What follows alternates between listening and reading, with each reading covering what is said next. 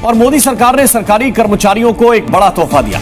EPFO यानी कि कर्मचारी भविष्य निधि संगठन के तहत प्रोविडेंट फंड और पेंशन कंट्रीब्यूशन के कैलकुलेशन के लिए वेतन सीमा यानी कि बैच बढ़ाने का प्रस्ताव दिया गया है। अब सूत्रों की माने तो वित्त मंत्रालय जल्द ही श्रम मंत्रालय से मिले प्रस्ताव पर फैसला ले सकता है। मैं ये कहना चाहता हूं कि हमारी नमस्कार, जय हिंद, वंदे मातरम। पेंशन भोगियों, यहाँ पर आपने बिल्कुल ही सही सुना। आपकी पेंशन ईपीएस को लेकर केंद्र की मोदी सरकार के द्वारा कैबिनेट की बैठक में हुआ बहुत ही बड़ा फैसला। सरकार का अंतिम फैसला जारी, नई लिस्ट जारी। सभी ईपीएस के 78 लाख पेंशन भोगियों को मिली फाइनली बहुत बड़ी गुड न्यूज। तो सरकार ने क्या बहुत बड़ा फैसला किया है। पेंशन की बढ़ोतरी की लिस्ट जारी, साथ में नए नियम भी जारी। अब किन को कितनी पेंशन मिलेगी। अगर आप एक ईपीएफओ के सब्सक्राइबर है या फिर ईपीएस 95 पेंशन भोगी है तो यहाँ पर आपके लिए बहुत ही महत्वपूर्ण जानकारी आ चुकी है कैबिनेट की बैठक से। तो कैबिनेट की बैठक में पेंशन को लेकर जो प्रस्ताव था उसको लेकर क्या निर्णय हुआ है, अब आपको नई पेंशन कितनी मिलेगी, ये विस्तार से जानकारी को जानेंगे। तो आपके लिए किस हद तक ये खबर सही होने वाली है। यहाँ पर आपकी 1000 रुपये से पेंशन को बढ़ा करके कितना किया जाएगा, और साथ में जो पेंशन भोगी अन्य मांग जो उनकी है जैसे कि मेडिकल लाभ है, हायर पेंशन है, उसको लेकर भी यहाँ पर क्या साथ में लिस्ट में ऐलान हुआ है वो भी देखेंगे।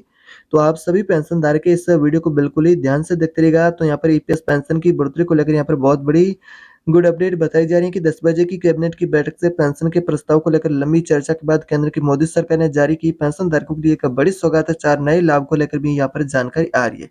तो यहाँ पर पेंशन भोगी उनको कौन कौन से 4 नए लाभ मिलेंगे, उसके अनुसार आपको पेंशन कितनी मिलेगी, जैसे कि मेडिकल का लाभ किनको मिलेगा, हायर पेंशन किनको मिलेगी। तो ये कौन कौन से सरकार ने 4 नए जो कि नियम आपके लिए लागू किया जिससे नियमों का आपको फायदा मिलेगा।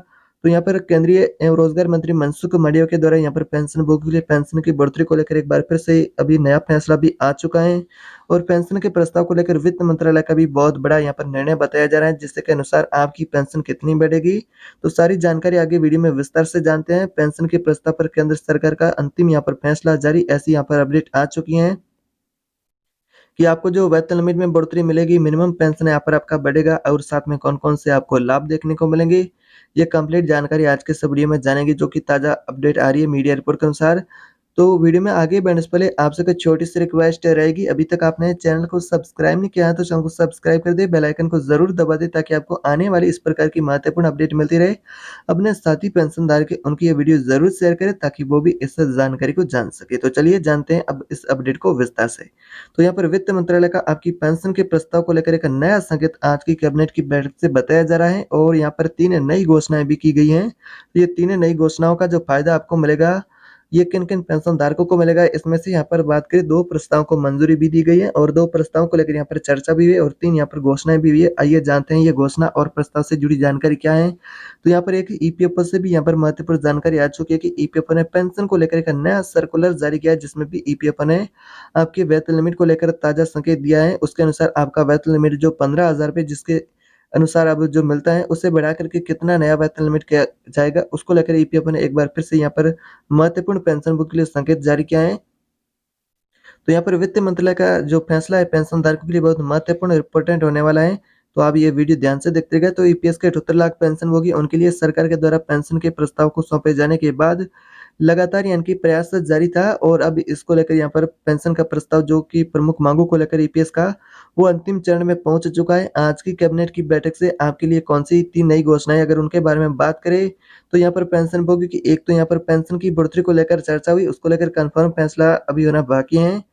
और बात करें 2 प्रस्तावों को मंजूरी दी गई जिसमें कि आपका पीएफ से निकासी का लिमिट है जिससे कि मंजूरी दे दी गई है, और यहाँ पर आप जैसे किसी बैंक या किसी भी शाखा से पेंशन पहले यानी कि नहीं ले पाते थे, लेकिन अब आप किसी भी विशेष जो आपकी बैंक या फिर शाखा है उसको छोड़कर आप कहीं पर भी किसी बैंक या किसी भी शाखा से अपनी पेंशन भुगतान वो प्राप्त कर सकते हैं। तो ये 2 प्रस्ताव मंजूरी दिए। तीसरा प्रस्ताव जो कि पेंशन धारकों के जो पेंशन धारकों का प्रस्ताव उसमें ये मांग रखी गई है कि जो वेतन लिमिट है वो भी बढ़ाया जाए। तो वेतन लिमिट बढ़ा करके 15,000 रुपये से 21,000 रुपये करने को लेकर यहाँ पर श्रम मंत्रालय से संकेत भी मिले हैं कि आपका यहाँ पर जो वेतन लिमिट है 15,000 रुपये का जैसे कि अब खत्म किया जा सकता है, और नया वेतन लिमिट 21,000 रुपये लागू किया जा सकता है, उसके अनुसार आपको पेंशन मिलेगी।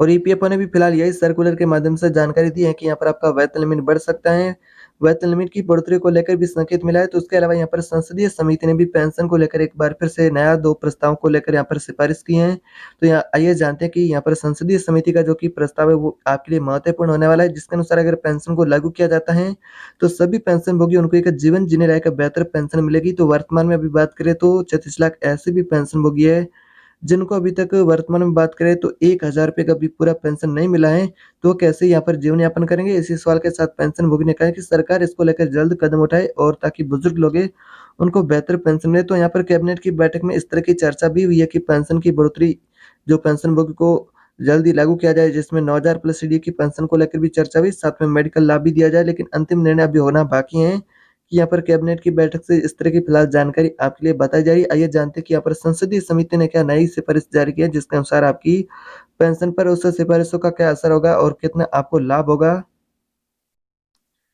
तो यहाँ पर बात करें, संसदीय समिति ने इस प्रकार का पेंशन को लेकर बहुत बड़ा ऐलान किया कि पेंशन धारकों की एडिशनल पेंशन से इस प्रकार बढ़ेगा आपका पेंशन। तो यहाँ पर एडिशनल पेंशन से जुड़ी यहाँ पर जानकारी आ चुकी है, आपको अतिरिक्त पेंशन कैसे मिलेगी।